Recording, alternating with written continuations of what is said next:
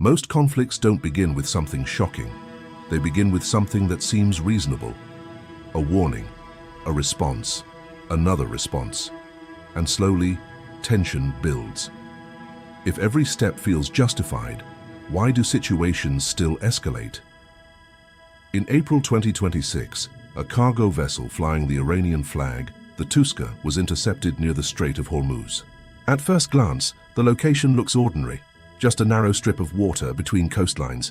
Ships move through it every day, quietly, predictably. But this corridor carries enormous global significance.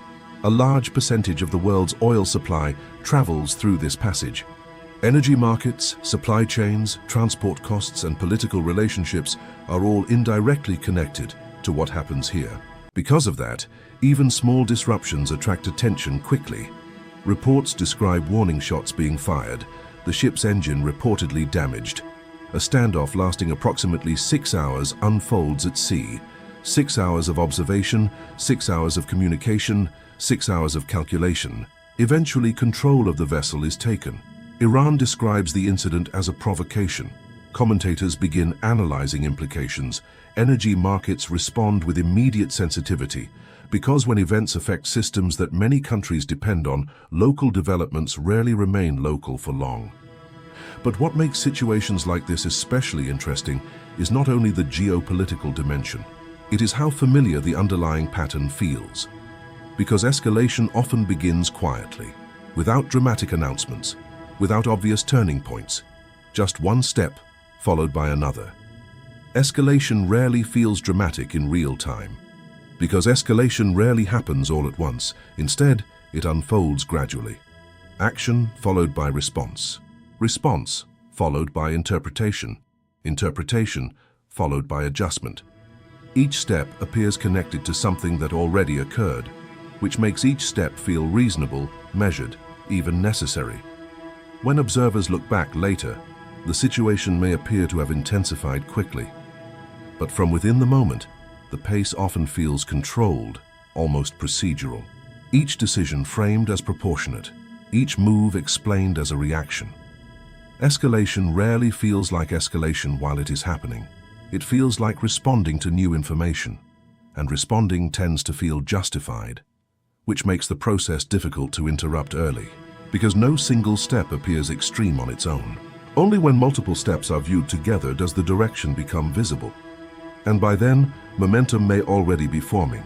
But events influence reactions not only through what they do, they influence reactions through what they appear to mean. In highly visible situations, actions send signals. Signals about priorities, signals about boundaries, signals about tolerance levels, signals about expectations. Decision-makers operate in environments where actions are constantly interpreted by allies, interpreted by competitors, interpreted by observers, which means responses are shaped not only by practical outcomes, but by anticipated interpretations. How will this decision be understood? What assumptions might it create? What expectations might follow? Because perception influences credibility, and credibility influences influence. Sometimes the perceived signal of an action becomes as important as the action itself. Each step feels reasonable until the pattern becomes visible, and patterns influence expectations. Uncertainty plays a powerful role in shaping perception. When intentions are unclear, the brain tries to predict what might happen next. It searches for patterns, it compares signals, it looks for meaning, even when information is incomplete. But incomplete information creates space for interpretation, and interpretation is influenced by context. If trust is limited, neutral actions may appear strategic, preventive actions may appear aggressive, precaution may appear defensive or offensive, depending on perspective. Humans are highly sensitive to potential threats, because from a survival perspective, it is less costly to overestimate risk than to underestimate it. Perception often moves faster than reality, and once a situation feels risky, reactions often follow quickly, especially when consequences appear uncertain. Uncertainty increases attention. Attention increases sensitivity. Sensitivity increases reaction speed, which can accelerate the perception of tension. even before intentions are fully understood. Once reactions begin forming a sequence, another dynamic appears: momentum. Statements are made publicly, positions become clearer, expectations begin to form, observers begin connecting patterns. At this stage, changing direction may still be possible. But psychologically, changing direction can feel more complex, because adjustment may appear inconsistent with earlier signals, and inconsistency can introduce new uncertainty. Decision-makers begin to consider how changes will be interpreted, whether changes will be seen as recalibration or hesitation. So continuation sometimes feels easier than adjustment, not necessarily because escalation is preferred, but because stopping requires redefining what previous actions meant. Once a sequence begins, changing direction can feel more costly than continuing forward.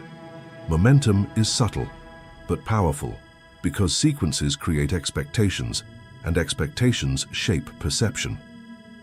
Interestingly, similar patterns appear far beyond geopolitics.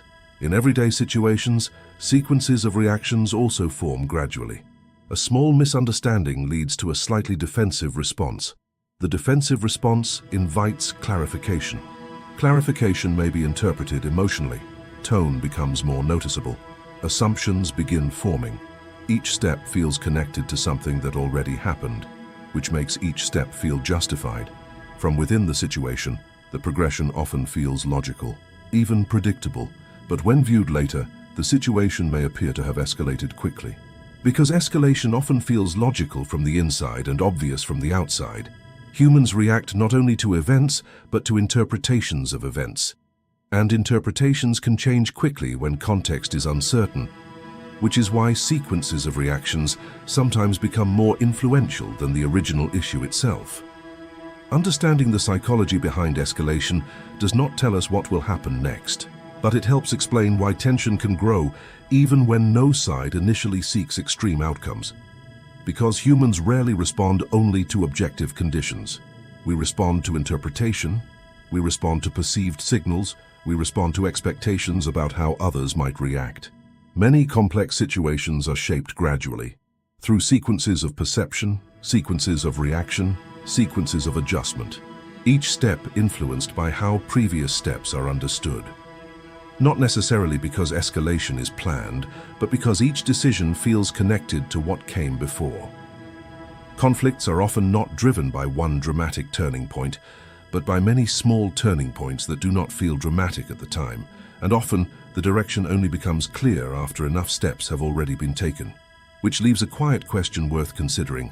How many situations become more tense, not because escalation was intended, but because each next step simply felt reasonable?